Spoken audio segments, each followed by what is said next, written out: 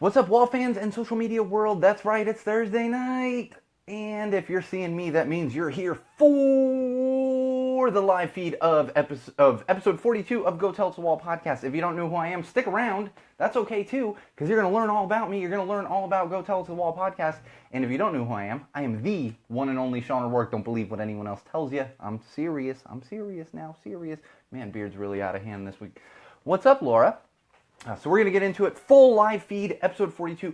All kinds of ridiculous fun stuff for you this evening. So stick around. We're going to have lots of fun. Bridget, our on-air producer, should be joining us at some point. You never know. Unfortunately, when you don't pay someone, you can't really require them to be here. But I'm sure she'll be joining as well. And we're going to explain the t-shirt tonight as we talk about some sports. So stick around. Episode 42, Go Tell It to the Wall podcast.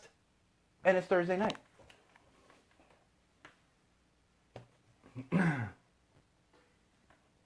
Oops.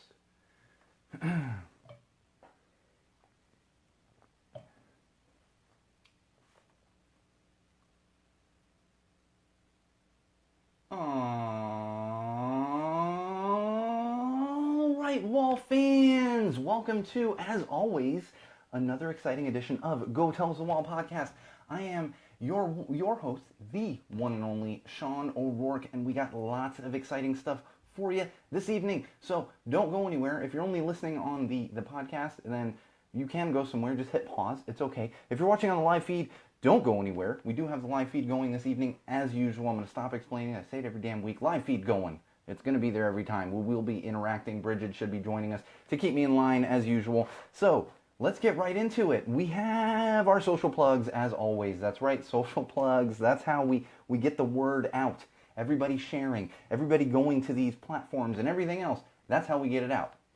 So if you're a Facebook person, you like using the Facebook, check us out at facebook.com/GoTellItToTheWall. That's right, facebook.com/GoTellItToTheWall. Oh, you're a Twitter user? No problem. You can follow us on Twitter as well at Tell the Wall Pod or at Magic Muppet. Again, that's at Tell the Wall Pod or at Magic Muppet. You can follow the podcast. You can follow my personal Twitter account as well. Are you a YouTube user? Maybe you're in that young millennial mindset and that's all you do is use YouTube all day. You can check us out there too. Just search Go Tell It to the Wall on YouTube and you will find our YouTube channel up there with all of our live feeds, all of our teasers, and additional videos that go up there with our content pertaining to Go Tell It to the Baby, how-to videos, and whatever other junk kind of falls out of my head and then gets thrown up on YouTube. So check us out there.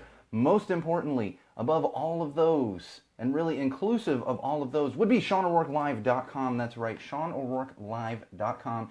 That would be your one-stop shop for the YouTube channel, for the Facebook page, for the Twitter, for Patreon. Very important, Patreon. If you want to support the podcast, that is where you will find the Patreon link as well. I'm sure we have it connected to the Facebook page. If you're just like, I don't go to websites, I only go to social platforms. Fine, go to Facebook. It's on there too. Support us on there. So all of those, again, Facebook, Twitter, website, SeanO'RourkeLive.com, YouTube, all the good stuff. And even, I don't want to say most importantly, but a big shout out to our host, Podomatic. That is where we host the podcast, and you can, of course, subscribe, download, listen, all those great things on any of your favorite podcast apps or platforms, including iTunes and Google Play. So check us out there. Speaking of Patreon, I do want to give a big shout out to our newest patron. And this one's really not a surprise. Our newest patron this week to become a patron and support the show financially is number one Wall fan Darshan. That's right, number one Wall fan Darshan. She hasn't been joining as many of the live feeds as she used to, but she is supporting the show. As always, supporting the show. So thank you to you, Darshan, number one Wall fan Darshan, for becoming a patron in addition to being number one Wall fan. Oh my gosh, literally as I'm saying this, Darshan joins the live feed. Darshan, there's a little bit of a delay, but were your ears ringing? Because I was literally just giving you a thank you for becoming a patron on Patreon. There's a little bit of delay. She's going to get it in a minute here. But her ears must have been ringing. It's some of that ESP connection. Darshan, thanks for joining. All right. I was debating where to put this in the show. We always get a little personal. And I had a little personal experience this week, which is personal, but also really does pertain to Go Tell It to the Wall and the podcast and kind of what we've been building and all that good stuff. And that would be, let me just get into this. So I live in Highland Park, California, which is in Los Angeles. The podcast is done out of Highland Park, California in Los Angeles. Well, there is another podcaster that happens to live in Highland Park, and his name would be Marc Maron. That's right. If you don't know who Marc Maron is, give him, do a little Googling, a little IMDb. He's a comedian. He was starring in that Netflix, which I don't know if they're doing another season of, but that Netflix original series, Glow, Gorgeous Ladies of Wrestling. He was kind of the deadbeat director. That's right. But more importantly, he does have a podcast that he does out of Highland Park, California, which is the WTF Podcast with Marc Maron. In fact, he is so popular that he had Barack Obama on his podcast a couple years ago, I think right toward the end of his presidency, whenever it was. I mean, it was crazy here around Highland Park. And if you're familiar with Los Angeles, Highland Park it's an awesome place to live, but it's not like when a president comes to visit Beverly Hills and do a fundraiser or a candidate or what. No, it's very surreal when you have the president of the United States coming to Highland Park, California. So a little background on Marc Maron, and of course he lives in Highland Park. So I'm out walking my daughter Zofia the other day, as we usually do, and I walk all through the neighborhoods, and there's a main drag here in Highland Park where a lot of the stores are, the coffee shops. You got a coffee shop every 10 feet. So if you need coffee and records, Highland Park is the spot to get them. Can you tell we've had some hipsters move into the neighborhood over the past few years? Yeah, exactly. So I'm walking on the main drag there, passing a gas station. Walking my daughter, I'm looking down at her, and I look up to someone that's kind of walking through a gas station, like to the car as if they just paid for their gas or whatever. And they're like staring at me. And not staring at me in a creepy way, but looking me, like honest to God, looking me up and down as if they recognize me. This is, and we've all done that. We've all been there where you see someone, you're like, I swear I know that person. You even do it on television. You see someone, a character actor in another show, I swear I see, So that's happened. I look up, and this guy's like looking me up and down. And I'm like, oh, okay. And as I look up, I realize it's Marc Maron of what WTF Podcast and Glow fame and everything else. And he's kind of staring, looking at me like he recognizes me from somewhere. Now, granted, if you watch the live feed or if you've seen really any photos or anything from the podcast, I have this I don't want to say gigantic, pretty big beard, so it makes me pretty recognizable. So I was kind of like, okay.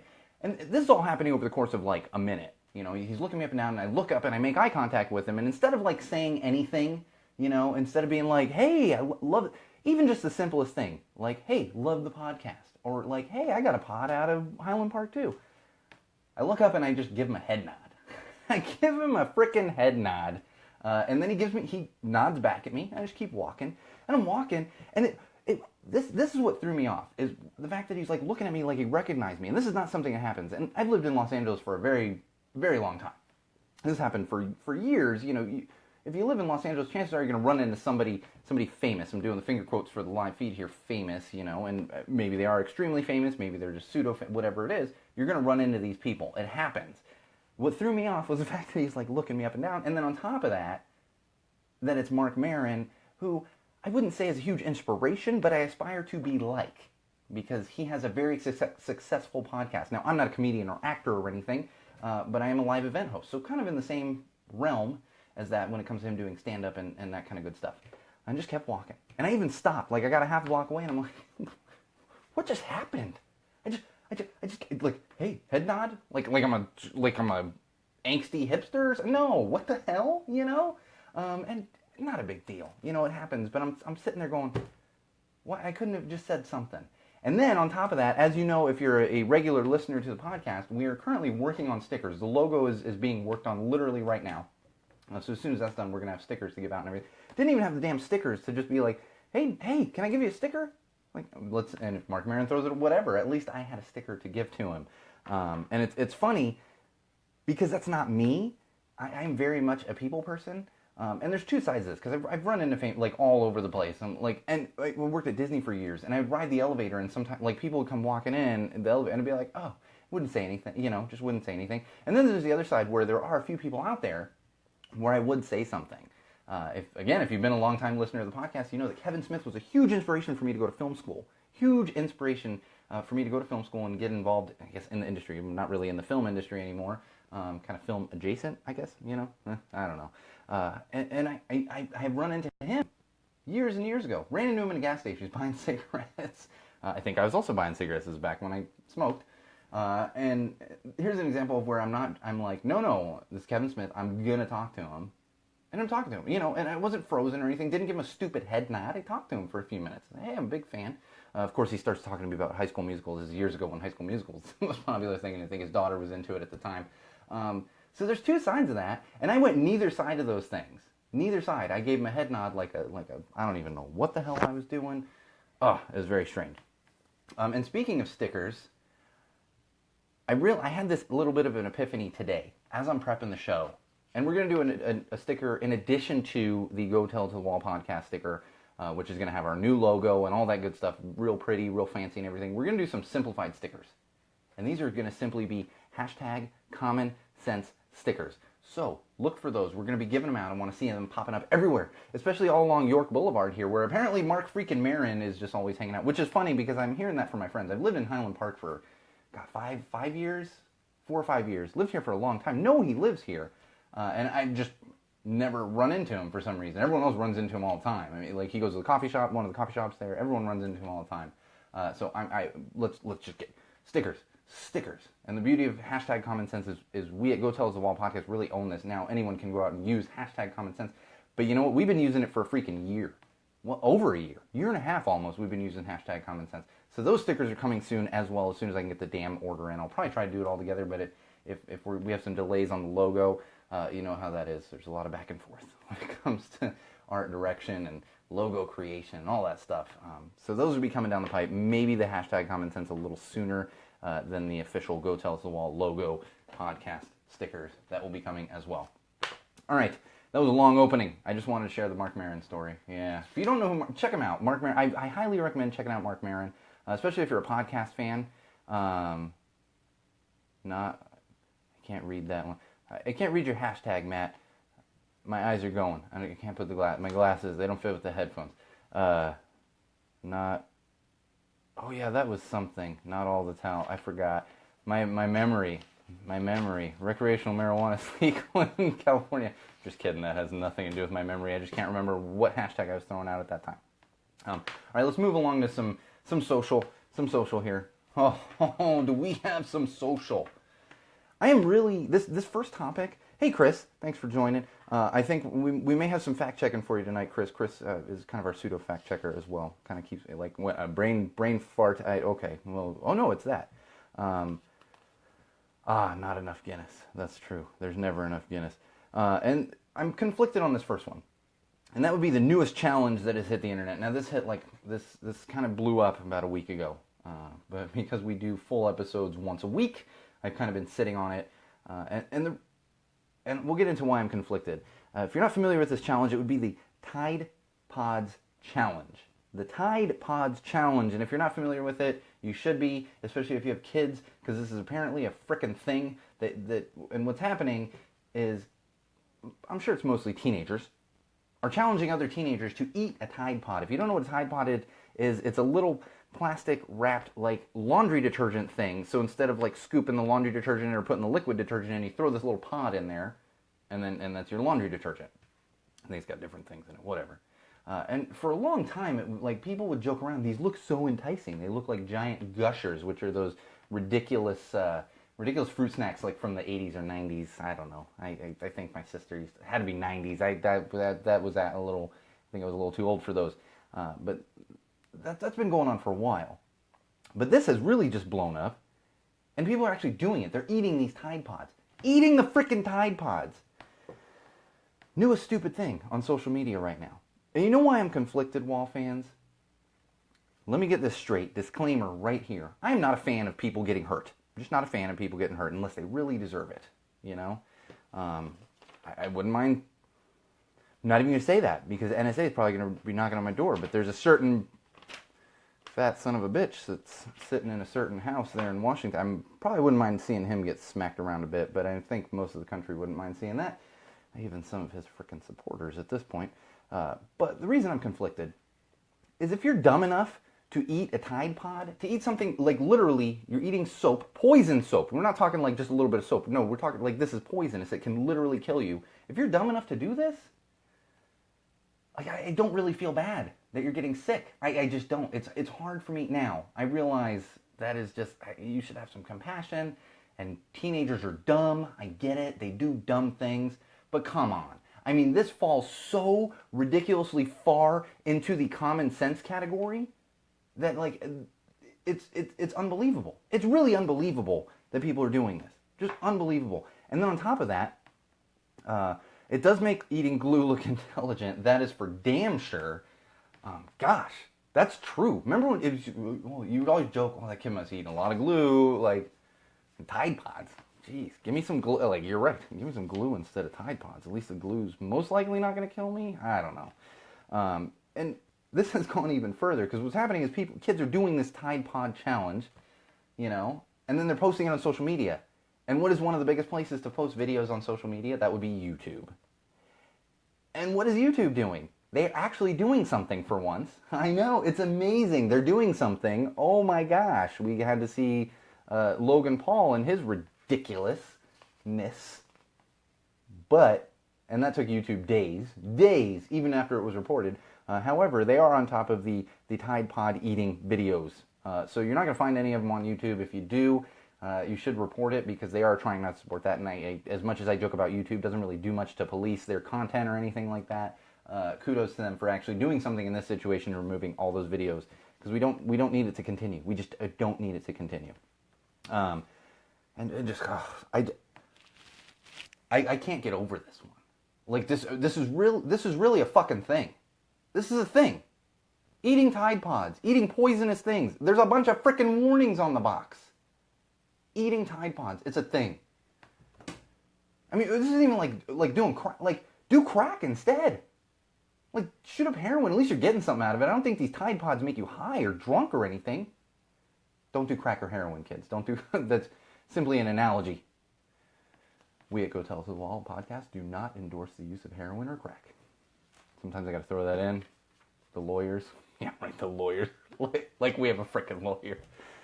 And nobody trying to keep us in line here. The closest thing we got to a lawyer is Bridget. She'll call me afterward and be like, you probably shouldn't do that again. Okay, all right, moving on here. Moving on from Tide Pods.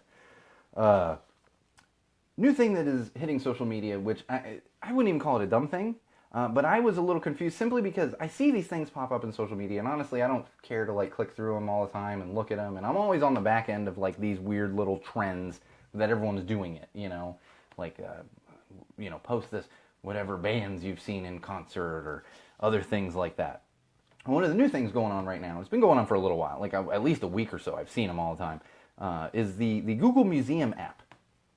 Now you can use this Google Museum app and you take a selfie of yourself, or I'm sure you can use an existing selfie. I haven't done it. I guess maybe I should do it for the podcast, And it is actually kind of clever. It's cool. The clever part, the thing I like about this is we always see these dumb little trends where it's like, do this or do this or do this, like eating Tide Pods, or even the stuff that's not super dangerous, but it's like, all right, we're all doing this. We're all doing the Kylo Ren challenge. This is stupid, that's what it is. Stupid. I shouldn't call it stupid. It's just unoriginal. The thing that's cool about the museum, the Google Museum app, is that there's actually an educational aspect to it, which I do appreciate because you're seeing fine art. I'm not a big art person myself. I had to take many art classes in film school. That's what they do. They supplement you with art classes and music classes as opposed to science and math and stuff.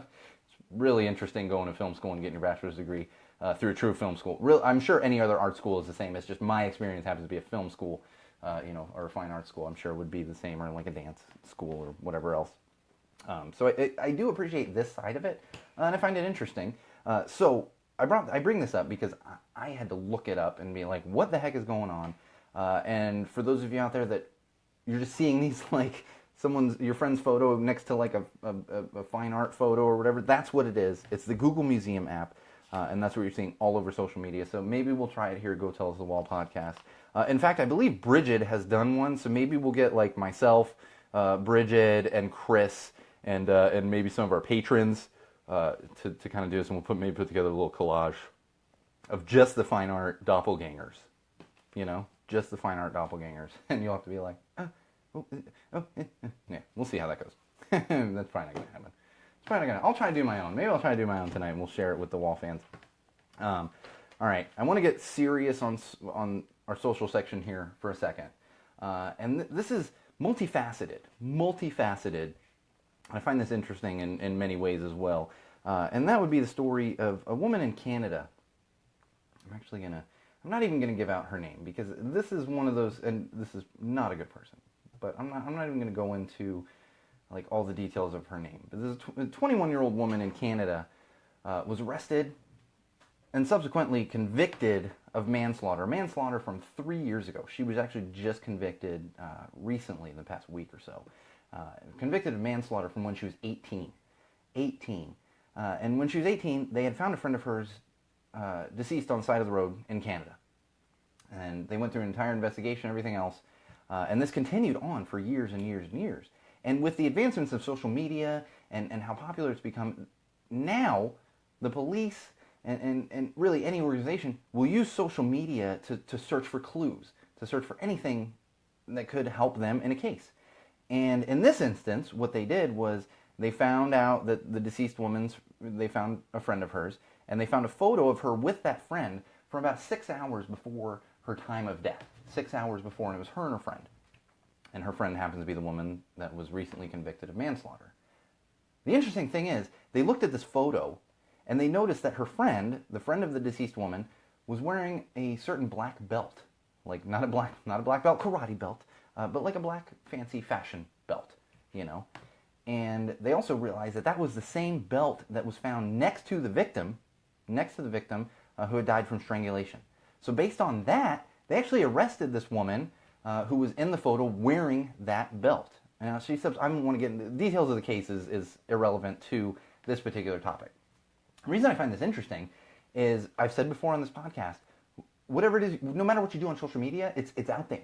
It's out there. It's public. We're going to talk more about that shortly with the coolest monkey. No, we talked about that last week, and I did have some additional stuff, but we'll see if we have time to get to that. But this is kind of the same thing as the coolest monkey in the jungle, the mother of that kid who modeled for H&M, and the way she lashed out on social media. It's like, this is all out there. Like, people get it. People are going to see this, and that's what happened with this photo. Now, multifaceted, because I'm not going to sit here and say, well, don't take photos on social media in case you kill someone.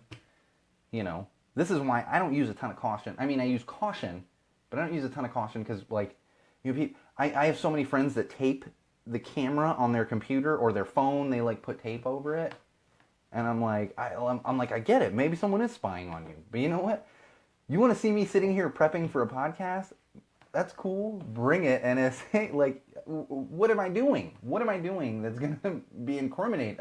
Nothing. I'm not doing anything that's incriminating to myself. I'm just not. I'm not. So that being said, use caution on social media.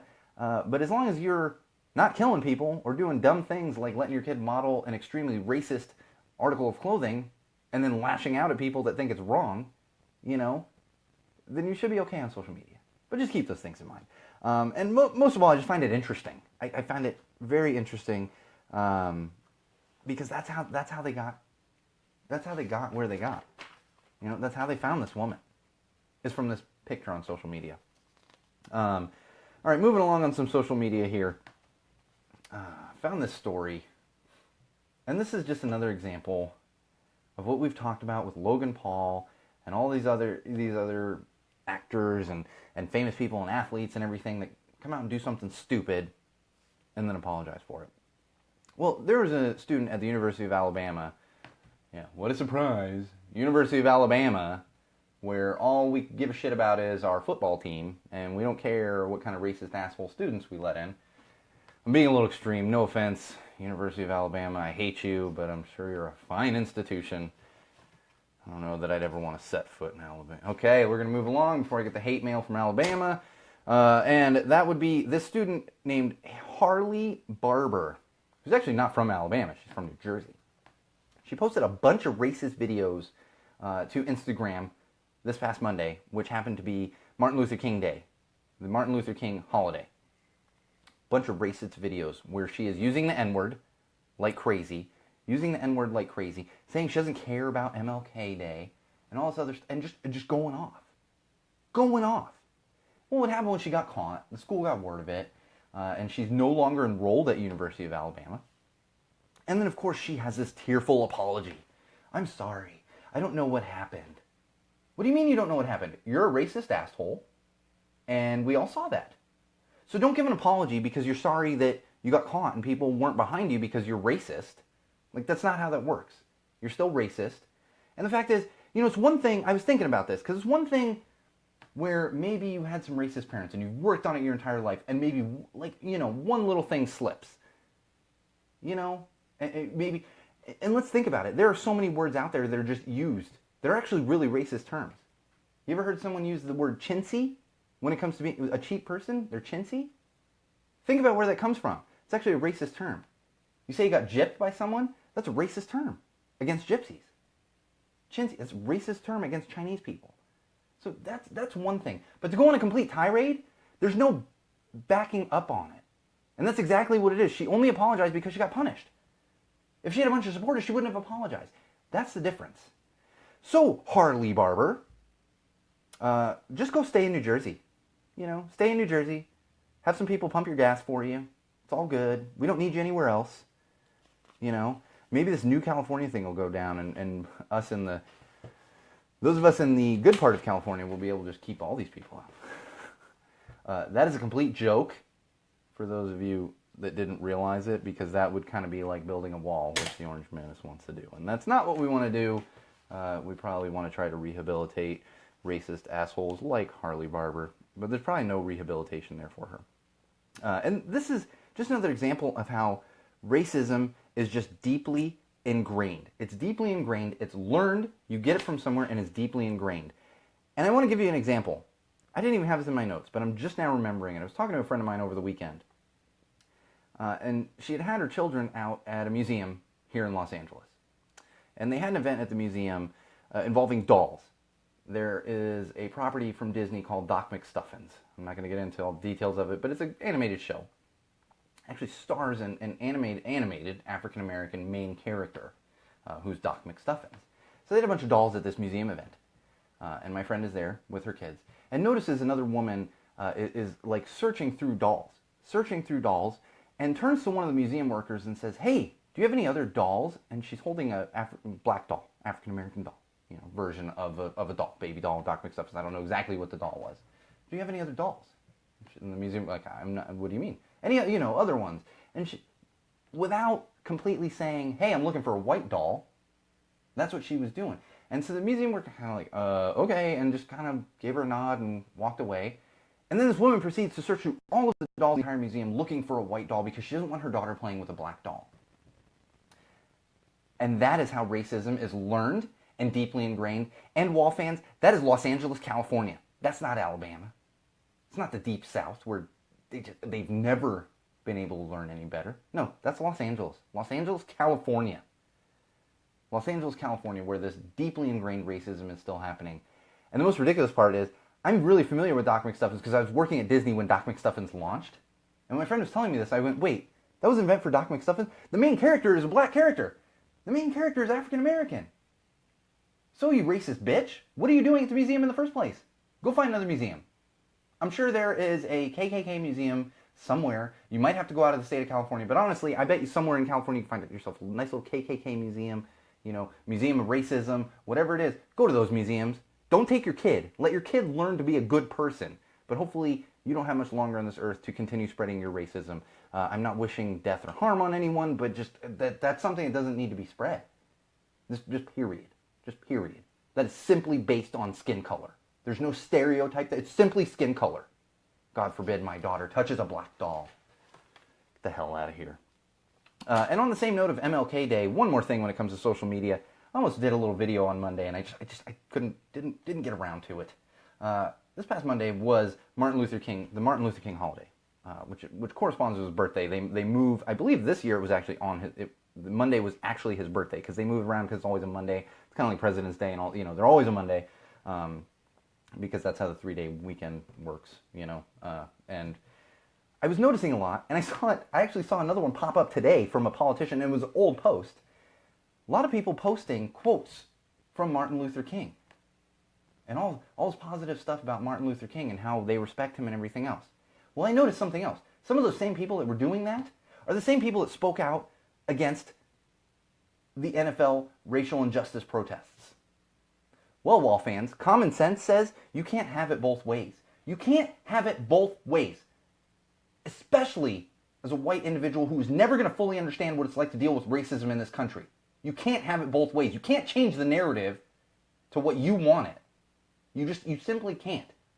If you are against the racial injustice protests in the NFL, you are against what Martin Luther King did, because it's the same goddamn thing. It is the same exact thing. Period. Period. It is the same thing. You can't have it both ways. You can't have it both ways, white America. You can't. Can't. Just can't. So, realize that. Get over yourselves. It's one or the other. All right, let's move on to a little TV, film, and books. Now that we've thoroughly tackled some racism for episode 42. We're going to talk a little, maybe not more racism, but episode 42 is going to come into play here. It's going to come into play when we get to sports. All right, little TV, film, and books. We're going to lift things up a little bit here. Lift things up a little bit. So there's a new television show. I believe it's on NBC. I'm not positive on the network. Nobody hold me to that. Actually, it sounds like a Fox show. It really does. It's a show called LA to Vegas. Now, for those of you that listen, that live in Los Angeles or have been to Los Angeles or have taken that flight from Los Angeles to Vegas, especially on a Friday afternoon, it is basically a booze plane. Because everyone's going to Vegas to party for the weekend or the week or whatever it might be. It's LA to Vegas. People are partying. It's like a 2-hour flight. Start drinking, get on the ground in Vegas, and just go. If you've never been to Vegas, it is like they say it is. If you do it that way. And I've done it that way. Oh, God. Nothing illegal. Don't get the wrong idea, Wall fans, but I have done, thank you, Chris, our fact checker, as per usual, on top of things. LA to Vegas is a Fox show. It sounded like a Fox show. I don't know where I got NBC from. But the interesting thing about this LA to Vegas show just started. I think there are only a few episodes in. This was a winter release, winter ad. I don't even think it was an ad. I think they just had it planned for winter. And it stars an actor named Dylan McDermott. He was the star of the show The Practice in the 90s. Well, on this past week's episode, which I haven't had a chance to watch, I haven't watched any of them yet, but I realized this today. On this past week's episode, I believe it aired on Tuesday, Dylan McDermott, who plays the main character on the show, he's the pilot of the flight, the plane from LA to Vegas, they had a guest star on. A guest star by the name of, wait for it, Dermot Mulroney. That's right, Dylan McDermott and Dermot Mulroney. I'm not even going to get into details on this, Wall fans. If you're familiar with why that is awesome and important, Dylan McDermott and Dermot Mulroney being on the same show, you are laughing right now. If you're not sure, I'm not going to get into it. Maybe look it up. But these two, just go Google it. There's been this crazy confusion for the past 30 years over which one is which, because they don't even look that much alike, but they look alike and they have very similar names. And for the first time in their entire careers, they're on screen together on LA to Vegas. I look forward to watching this one. I'm hoping it's on Hulu. I actually told my wife as I yelled it from the studio. I was like, honey, add that LA to Vegas show on the Hulu. Hopefully it's on the Hulu. It's got to be a Fox show. CBS they're the only assholes that don't let their content go out on the Hulu. And Disney soon, when they have their own We're Cooler Than You network, and we're going to put all our shit on the same net. Get out of here, mouse. No, I'm just kidding. All right, another interesting thing I found for television, that's right, television, a little more television, is a show that's in development. And I'm super excited about this show. I'm hoping it gets through development, doesn't get stuck there. And this would be a new show from the great Simon Pegg and Nick Frost. If you're not familiar with Simon Pegg and Nick Frost, they are the stars of the movies Shaun of the Dead. Chris, help me out. The Police movie that they were in. They've been in a few different movies. They're both British actors. Gosh, it was a police movie they were in. I'm just blanking on it. Chris is going to save me in a minute. They are in development with a new show called Truth Seekers. This show is going to be a paranormal investigation comedy. Now, I have a feeling this is going to be slowed up a little bit in development. Hot Fuzz is the police movie they were in. I have a feeling this is going to be slowed up a little bit in development. And Paul. They were both in Paul. Thank you. They're both in Paul. I always forget that one because I don't know if Paul was fully theirs. But Simon Pegg, he writes and produces a lot of stuff as well.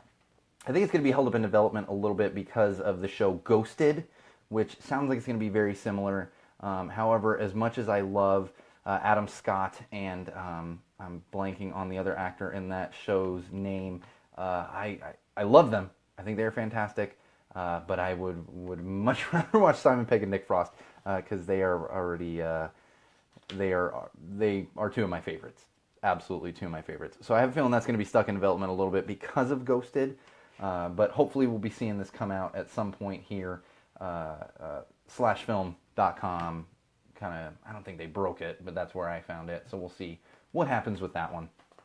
All right, we're going to get into a little bit of sports, but I want to point out this week's beer. That's right. This week's beer. Now, two things. I've been forgetting to post the beer at the beginning of the week. Bridget actually brought this up last week because she helps to remind me to actually post them. I've been bad about it, and I haven't been getting the beer on time to post it on a Monday. And on top of that, I actually have, I don't like to do the same brewery 2 weeks in a row. I prefer not to do the same brewery 2 weeks in a row. However, this week is one of those exceptions. Craig Robinson is the other star of Ghosted. That's who I was blanking on. And there's a good reason for it this week. And that is because last week we had a Sierra Nevada Hop Hunter IPA. This week I do have another Sierra Nevada. And this would be the Sierra Nevada Brewing Company Hazy Little Thing IPA. And the reason I went ahead and broke my rule of not doing the same brewery 2 weeks in a row, 2 episodes in a row, is this literally just came out. Hazy Little Thing IPA just came out like in the past week or so, and I was able to grab a 6-pack of it, so I wanted to have it on the show and share it with you guys. So Hazy Little Thing IPA by Sierra Nevada. It's actually a super tasty IPA. Even if you're not into IPAs, this is one of those that, like, they put a little fruit in there. Now, it's not going to be super fruity. I'm not a huge fan of the, like, really, I don't like sweet, fruity, beers. But it has enough to cut down some of the hoppiness. So if you, like, if you're not an IPA fan, but you like pale ales, this would probably be your speed. And that would be the Sierra Nevada Hazy Little Thing IPA. Brand new, and I believe it's unfiltered as well, which seems to be the new thing. Unfiltered IPAs. Let's all calm down there, guys, on the brewing. It's like, remember when there was that weird sour, like the sours, and there was Goza, that was all popular like a year ago, and then everyone forgot. And they're like, oh yeah, that's going to be the unfiltered IPAs in like a year or so. But I would recommend it if you're a Sierra Nevada drinker, California beer drinker, pale ale drinker. It's all good. All right, let's get into some sports. Some sports here. Oh man, this is for me personally, and for many of you out there that are listeners, especially if you are a Boston sports fan, this has been a happy and sad week at the same time. Now, not sad in a really depressing sad way, but a little sad. And I'll get into that. And that would be the amazing, talented, just ever youthful Rene Rancourt, who sings the national anthem before every home Bruins game. Matt, I do not have anything from Thorn Street Brewery, but if you can hook me up with them, connect me with them. I'm getting a comment on here about Thorn Street Brewery. I believe that is a fellow alumni, correct? That owns that brewery. Correct me if I'm wrong, Matt, but if you can connect me with them, I would love to get some Thorn Street Brewery stuff up here. I haven't been able to find it in LA. It's a San Diego local brewery, and I've heard good things about it. I just haven't gotten any for the show myself. So connect me with them. A little cross promotion. We actually got a bunch of cross promotion coming up soon. That's all coming soon. In fact, there are big things happening for the studio, so that's coming very soon. Brand deals. That's what we do. Anyway, Rene Rancourt, amazingly talented anthem singer who, if you're familiar with him, he's actually a very well-known opera singer who sang his first national anthem at a Red Sox game, and then starting in like 1974, 1975, started singing at every home game for the Boston Bruins. And I grew up watching him. I've been watching him as an adult. I remember him singing the national anthem before Game 6 of the 2011 Stanley Cup Finals, which the Boston Bruins had to win to force a Game 7 in Vancouver that they went on to win. So really going to miss Rene Rancourt. Even if you're not a sports fan, check him out. Just YouTube Rene Rancourt. He is such a character. He is such a talent. And we're extremely sad to see him go. I know any Boston fan out there is extremely sad to see him go. But he is up there. He's 78, I believe, and he's like, it's time. And I caught part of an interview, and they were like, "What are you gonna do now?" He's like, "As little as possible." And it's like, if anyone's earned it, you have, my friend. So congratulations, good luck in retirement, Rene Rancourt. But we are gonna miss the hell out of you, and that is why I am wearing the Boston Bruins B on my shirt tonight. In addition to honoring Rene Rancourt, more importantly, this week, in fact, Wednesday of this week, January 17th, was the 60th anniversary of Willie O'Ree playing his first NHL game for the Boston Bruins. Well, who's Willie O'Ree, you ask? This is why I always say, socially relevant stuff. Willie O'Ree was the very first African American to play in the National Hockey League. And he played for the Boston Bruins 60 years ago. Willie O'Ree, very first African American NHL hockey player. Very first. So in honor of Willie O'Ree, we're mentioning him on the podcast. I am wearing my Boston Bruins B on my shirt tonight. But I would also like to start a movement. I would love to start a movement for Willie O'Ree. And what movement is that, you ask? Well, here's where things just kind of fall together. Randomly. As I'm prepping the show, I'm looking at it, I'm like, oh, what episode are we? Oh, episode 42. Well, Wall fans, if you're not familiar with sports and sports world and everything else, in Major League Baseball, in every sport, they retire numbers. Teams retire numbers for players that they're honoring and played well for them, and they want to. No one else on that team can ever wear that number again. Well, in Major League Baseball, there is a number that is retired across the entirety of Major League Baseball. No one is allowed to wear that number anymore. Now, I don't think anyone's still wearing it. The relief pitcher for the New York Yankees was wearing it. He was grandfathered in because he already had the number when they retired it across all of baseball. No one else is allowed to wear it, 42. And this being episode 42 of Go Tell It to Wall podcast. Well, what I want to see, Wall fans, is I want to see the same thing for the National Hockey League. I want to see Willie O'Ree's number 22 retired across the entirety of the National Hockey League. And I need all of your help to do that. We start a movement. A movement starts small. Just social media, whatever it is. But then it will gain momentum. And we at Go Tell It to the Wall podcast, and all of you Wall fans, I want to do our best to try and get that out there. Get that out there. And get that number 22 retired across the entirety of the National Hockey League. The same way that Jackie Robinson's number is retired across the entirety of Major League Baseball. Now, I'm not trying to say Willie O'Ree's better, like any one of them is better than the other. In fact, Willie O'Ree has often said Mariano Rivera was the relief pitcher for the Yankees. He was the last one to wear 42. Just had that confirmed. In fact, Willie O'Ree often talked about how Jackie Robinson was an inspiration for him. So I'm not saying one is better than the other. However, I think especially in this social climate that we live in, let's do it. Let's get there. Let's start this movement, retiring number 22 across the entirety of the National Hockey League. And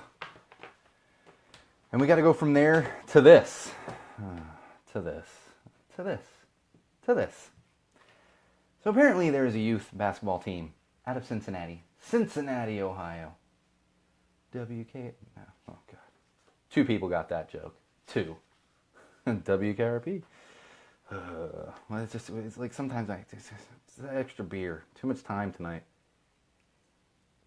But there is a youth basketball team out of Cincinnati. So, they were playing for about... Let me start it with this. They were playing for about 4 weeks before anyone noticed what I'm about to get into. Including the name of their team. The name of their team was called the Wet Dream Team. Now, we are not talking about an adult rec league here. This is a youth basketball team. The name of their team was the Wet Dream Team. Think about that, Wall fans. Is that appropriate for a youth basketball team? No. Oh, are you disgusted right now? Ho ho! Hold on to your chair. Because not only do they have this extremely insensitive and just vulgar name for their team, a youth team. This is one thing, like, adult rec league, haha. No, that's hilarious. That's hilarious. I'd be okay. Not a youth team. Not a youth team. No, not a youth team. Well, on top of that, all of the players on this team, I don't want to say all, because I'm not positive it was all of them. Many of the players on this team had subtly racist names on the back of their jerseys. Usually on the back of your jersey, it has your last name. They had subtly racist names on the back of their jersey. What do you mean by subtly racist? Well, Wall fans, forgive me for the terms I'm about to use. Do not hold this against me. I'm simply quoting what the jerseys were. One of the jerseys on the back for the name said C-O-O-N, Coon. If you're not familiar with why that is a racist, insensitive term, I shouldn't have to explain it to you. This next one, I really shouldn't have to explain it to you. Now, this was done in 2 words, so it's spelled differently. But let me spell it out for you. 2 words. K as in Kevin, N-E-E. Knee, K-N-E-E. Second word was G-R-O-W. Put those together. Knee, grow. Is that okay, Wall fans? Is that okay? It's a youth basketball. This isn't even okay in an adult league. I would let maybe the team name pass. These racist, insensitive terms on the back of their jerseys? In a youth league? In a youth league. The craziest thing about this, they were playing for 4 weeks. 4 weeks.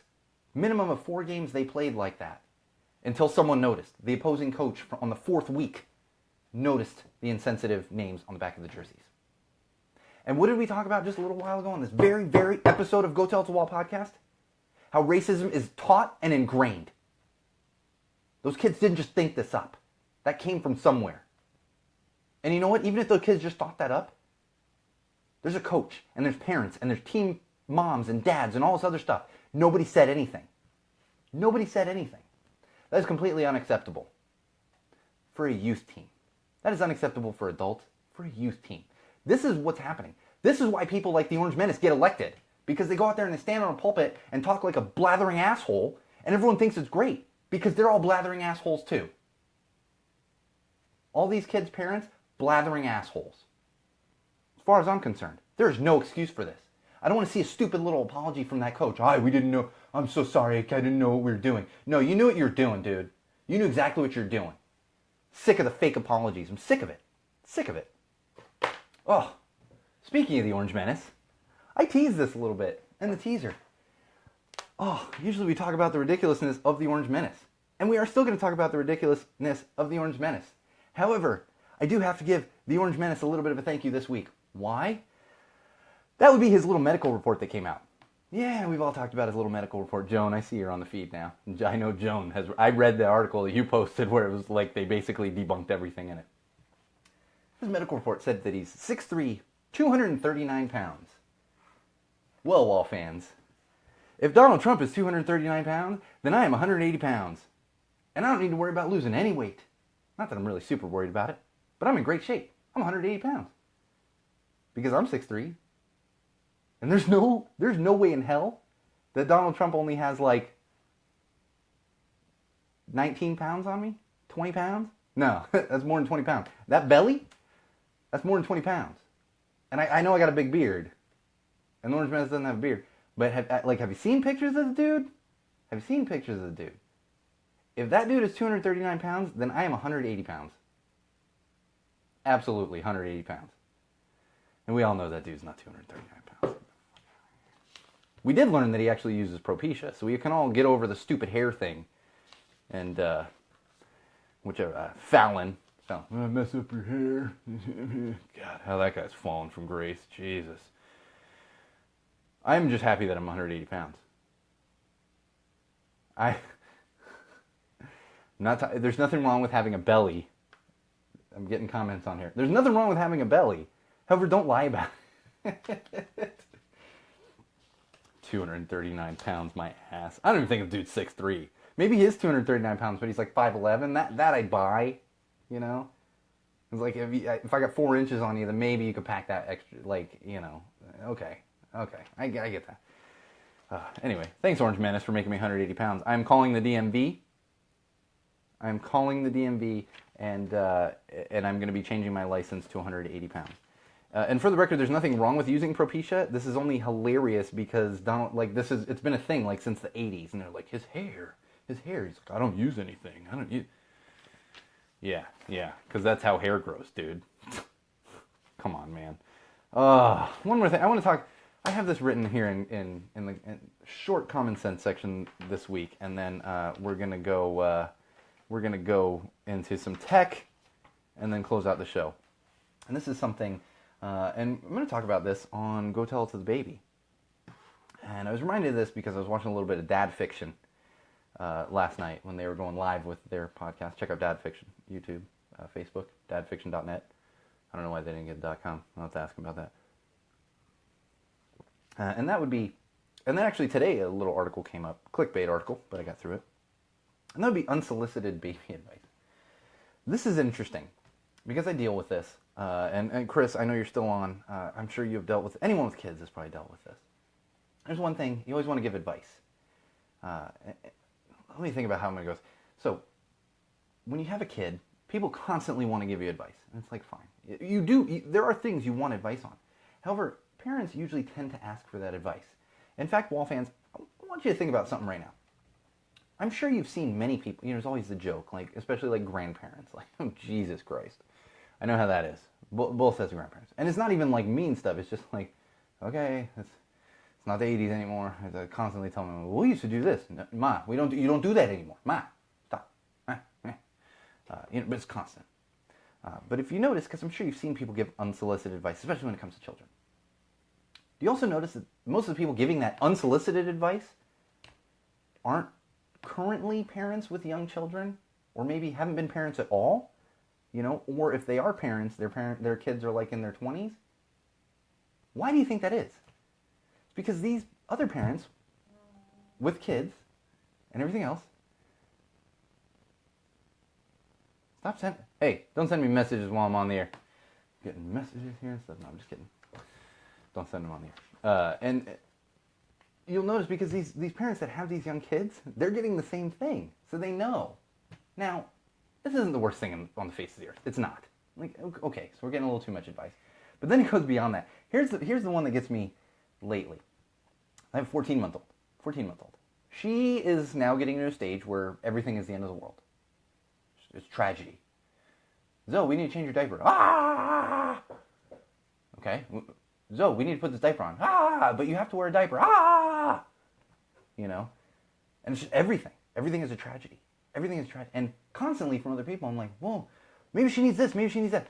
And it's like, and I'm getting to the point where I'm going to be like, no, toddlers are just kind of assholes. No, they're not really assholes, but like this is what they do. They're fussing the fuss. They're testing boundaries. So that's constantly going on. Constantly from all sides. It's like, nope, she's fine. She's good. She's fine. And then... the interesting thing is I found this article, which is total clickbait, as I'm scrolling through some social media today. And it said, and this is not even relating just to children or this is any kind of advice. And this was the response to give to someone if they're trying to give you unsolicited advice. Trust me, I get it all the time. People find out I suffer from mental illness, that I have obsessive compulsive disorder and obsessive anxiety disorder. Oh, well, have you tried this? Have you tried this? Have you tried this? I appreciate your help, but unsolicited. It's okay. Thank you. Okay. And this article I found actually had a good point. As much as it was clickbait, the response that you give to someone that's giving you any kind of unsolicited advice. I get it all the time. Not just with kids, like anything. It's good to give advice when prompted. Opinions, maybe when prompted. But don't try to get someone to do something else. You know the response you want to give to them, Wall fans? You may be right. That is the response. And I read that and I was like, that's kind of brilliant. It's so simple, but it's kind of brilliant. Now I had to go through your stupid clickbait article to read that, but it's kind of brilliant. You may be right. And that's it.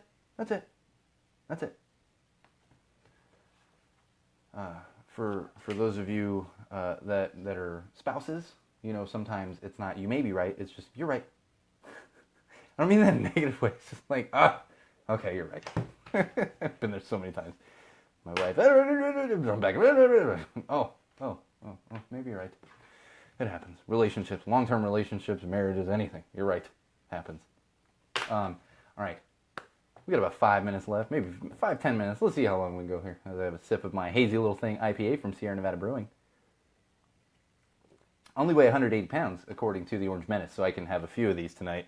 Don't have to worry about my figure. I don't worry about my figure that much. And then, until I do, and then I'm like, oh, God, ugh. Then I go do like a 10-mile run and pass out for 3 days. Just kidding, it doesn't happen. It's probably happened a few times. It happens. All right, moving on to some tech. Tech. I have a feeling we're going to talk a little more tech next week because CES happened last week. I'm still sorting through all of that. There's some cool stuff that came out, new stuff, updated stuff, all the good stuff. And one of those things, which I don't even think this came out of CES because it's not a new product or anything, but Google this week announced that with Google Fi, I've heard both pronunciations of it. If you're not familiar with it, this is Google's cell service. You can actually get cell service through Google, and you pay by the data. So with like Verizon, AT&T, and everything, you have a data plan, and then if you go past that, they either overcharge you or they throttle you, whatever it might be. With Google, it's just you go, and it's like every gig I believe is $20. So you hit a gig, $20. Hit another gig, $20. I will always take unsolicited adoration, Joan, especially from Joan, or Banff, as I affectionately call her. I will always take unsolicited adoration, especially from Joan. So keep it coming. Keep it coming, And actually, I'd probably take a little unsolicited advice from Joan, because Joan is a very, very intelligent person. And her unsolicited advice would actually probably be really good advice. And a lot of unsolicited advice is good advice. It's not to say it's not good. A lot of it most likely is good. It's just like, okay, I get it. All right. So Google Fi, they now actually, and you're paying like $20 for every gig of data you use. They actually now have a cap on that. Essentially an unlimited data plan that you hit a certain point, it's either $60 or $80, and you can just go unlimited. Just unlimited, that's where you are using the data. They didn't have this before. They just announced this week. So it's nice for those of you out there that use that much data. See, now personally, I think my wife and I want to say we share like 2 gigs of data a week, or a month rather. Share 2 or 4 gigs. We don't never go over. Never ever go over. But I know a lot of people out there that do. You need the unlimited data. I had that for many years at Disney. I was grandfathered in. When they took away now unlimited data is back, but years ago when they took it away, I was grandfathered in, and I'll keep the unlimited data going. Plus the mouse was paying for it. So, yeah, I'll keep that unlimited data, no problem. I don't pay this damn bill. I'm exaggerating, but it's true. So now with Google Fi, you can get unlimited data. You have the unlimited data option, so check that out if that's something you're in the market for. I have a good friend, Yeti. I've mentioned him on the podcast before. He is all about the Google. He's using Fi. He really likes it. I talked to him about it a few weeks ago, maybe a month ago or so. So check that out if you're interested. Now an unlimited data plan. I don't know. I may move to this one day. I'm on Verizon, which is like fantastic service, but Jesus Christ. Take out a second mortgage on the house. Like, honey, I need a new phone. Well, let's get another mortgage on the house so we can go get you. Jesus. I guess it'd be the same thing with Google Feed. All right, another thing from Google. Another fun little kind of leak announcement that came out. Google has been working on a secret OS. Secret OS. Which is actually not really so much of a secret anymore, but it's a new OS, operating system. If you're not familiar with those terms, you should be. OS. iOS is Apple operating system. Windows is a PC operating system. Android is a mobile operating system. These are all OSs. So Google's been working on a new OS that will most likely someday replace Android and also replace Chrome OS. If you're not familiar with Chrome OS, that's the Chromebooks and everything. That's that kind of tech. I don't want to say dumbed down. It's not dumbed down. It's tech without all the frills. That is the best way to look at it, because it's perfectly capable of doing a lot of things. It's just you wouldn't be able to do things like we do here at Go Tell Us the Wall podcast, of editing video, recording audio and all that good stuff, editing photo. You're not gonna be able to do a lot of that on a Chromebook. But the Chrome OS is most likely going to replace that as well, and it's leaked a little bit. You can actually test it out on certain Chromebooks, which is interesting. So I'm going to be looking at this a little more, kind of as stuff comes out, because you can get it on the Pixelbook right now, which is Google's Chromebook, if I remember correctly, to test out. But it's something called Google Fuchsia. Google Fuchsia, which of course they're probably going to then, we'll have Google, I can't think of any other fancy color name. I was going to say Google Orange. No, it's probably going to be like fancy color names, like Google Magenta, which seems too close to Fuchsia. Jeez, can you tell I'm not in like the fashion industry? Like, and I'm not a painting artist. Like, I don't know what colors are. Blue, green, orange. Cool colors and warm colors. There's 6 of them. That's all I can keep track of. So that's coming out. But the interesting thing about Google Fuchsia is supposedly and most likely it's going to make things more streamlined across devices, because Google Fuchsia is going to be on. It's going to be the new replace Chrome OS as well as Android OS, which is really interesting because no one else is doing that. Like Apple doesn't do that. They can sit there and say, "Look at our iPad Pro," and they have the cute little commercial with the girl who's like, "What's a computer?" And every time I say that commercial, I'm going to be like, a computer is that thing that does many more things than that thing you're holding can do. Maybe you should learn what a computer is, because that little tablet can't do everything. Chartreuse, Google Chartreuse. There we go. That's a Google. Wait, and Pucell? I don't know. Oh, I know where you're going with that one. Bridget, were you getting into the whiskey? Oh, I know where you're going with that one. But like I said, the interesting thing is no one else is doing that. Like Apple, they have a different OS for their laptops than what they have on their phones and their tablets. Same thing with Google right now. They have Android and they have Chrome OS. Even Microsoft has the same thing. Not that anyone out there uses a freaking Windows phone, but they have the same thing. It's a Windows Mobile versus Windows. So this will be interesting to see it just kind of streamline across all devices and how that'll work. So I'm sure we're going to learn more about this over the next really months and years, because I don't think they're really quite there to launch it, but it's being teased and you're able to kind of test it out and everything. We are running out of time. I want to talk about one more thing. In fact, we'll talk a little bit more CES next week. And in fact, one thing that I found like super interesting is a new TV that's coming out. I believe it's from Samsung, and the thing just it rolls down into like a rectangular box. So it's a full screen television, like a big 50-inch screen television, and then when you want to use that wall for something else, like, I don't know, playing squash or whatever else, you can roll down your television. It's pretty cool. And of course, we'll talk more CES next week, because I'm still sorting through a lot of the tech and stuff. Same with that blockchain. I'm still sorting through that. But there's a couple things that I did, like that, the roll down TV, that I wanted to mention. And of course, everything is featuring like Google Home and Google Assistant and like all this other good stuff, because that's what we do. We don't want to use remotes anymore. Wall fans. We just want to talk to everything. But one thing I do want to bring up from CES this year, what was happening last week at CES, and that would be weed tech. Weed tech. It's a marijuana tech, cannabis tech. And I found this really interesting, because they were trying to showcase, and especially because CES takes place in Las Vegas. Recreational marijuana is now legal in the state of Nevada. They have really strict rules, but it's legal in the state of Nevada. However, you can't actually smoke it in public places or anything, so you couldn't do it at hotel rooms. So this created a unique challenge for this weed tech, for any of these companies pushing out this weed tech, which is like new pipes. And in fact, I saw one particular smoking device that actually measures the amount, like as you're smoking, it measures the amount of THC, which is freaking brilliant, measures the amount of THC that you're intaking. Because this is one problem that medical marijuana has always dealt with.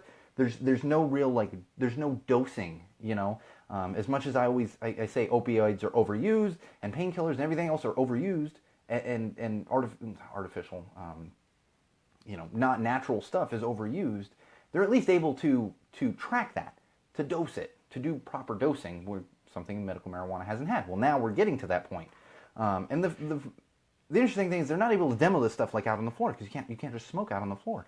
So the CEO of a company called Puffco, wanted to demonstrate their new devices. So he brought a bunch of investors and other people up to his hotel room and demonstrated a couple of their products within the hotel room. Granted, that wasn't completely legal either, but they did have a quote from him saying, this is the only place I can do it. If they want to then just come kick me out. Even more interesting than that is I found an article that stipulated the amount of money that cannabis startups got last year. Now, we've talked about Kevin Smith now has a cannabis contract. We've talked about Snoop Dogg. He has all kinds of stuff. He's got a contract with Jack in the Box, Mary Munchie Meals. Mike Tyson is opening a cannabis resort in California City. Well, apparently last year, cannabis startups got $600 million in equity funding. This is funding from investment. I'm blanking on the term they use there in Silicon Valley, but from investment groups and everything else. $600 million in equity funding. $600 million to start their businesses. It's a new world we live in, Wall fans. It is a new world we live in. I am really excited about this world we live in. I'm a little terrified at the same time. Trust me, I was at my collective about a week ago and I saw the taxes that could be coming down the pipe very soon. And as much as I am all about taxes and everything else, this is the most taxes I've ever. If it does come down the way they're saying it is, it's the most taxes I've ever paid on anything. I mean, it's going to come, as far as percentage, it's going to come close to like what I pay income. I mean, this is crazy. So that part's a little scary. However, it's a new world we live in, Wall fans, and we're going to see more and more of this, and we're going to track some weed tech, as well as all the other tech that was coming out of CES from last week. We're just running out of time here. All right. We're going to finish it out, Wall fans. We are going to finish it out this week. Thank you all for joining. If you're on the Facebook Live feed, go ahead and stick around for a couple extra seconds. I'm going to finish up the actual podcast. So those of you that joined this week, thank you. Thank you for downloading. Thank you for subscribing. Thank you for liking. Thank you for telling your friends. Thank you for sharing. Thank you for all those great things that I know all of you out there do as Wall fans. We're well over 3,000 subscribers simply through the podcast now, and that is only through Podomatic, so I'm not even able to track everything else. So we're really, really growing exponentially. But I do want to grow. Grow the rest of our platforms as well, which would be the video and the Facebook and everything else. We don't get a ton of Facebook Live views, which is kind of understandable, especially if you're back east. It's like midnight back east right now. Oh, that is interesting. Oh, we're going to talk about that in a sec, John. So I'm going to finish up here. Wall fans, again, thank you. Remember, always have passion in everything you do. And most importantly, remember, no matter what you do, no matter who you meet, no matter why you do it, no matter where you go, always, always, always use common sense. Can't find my cursor. There we go.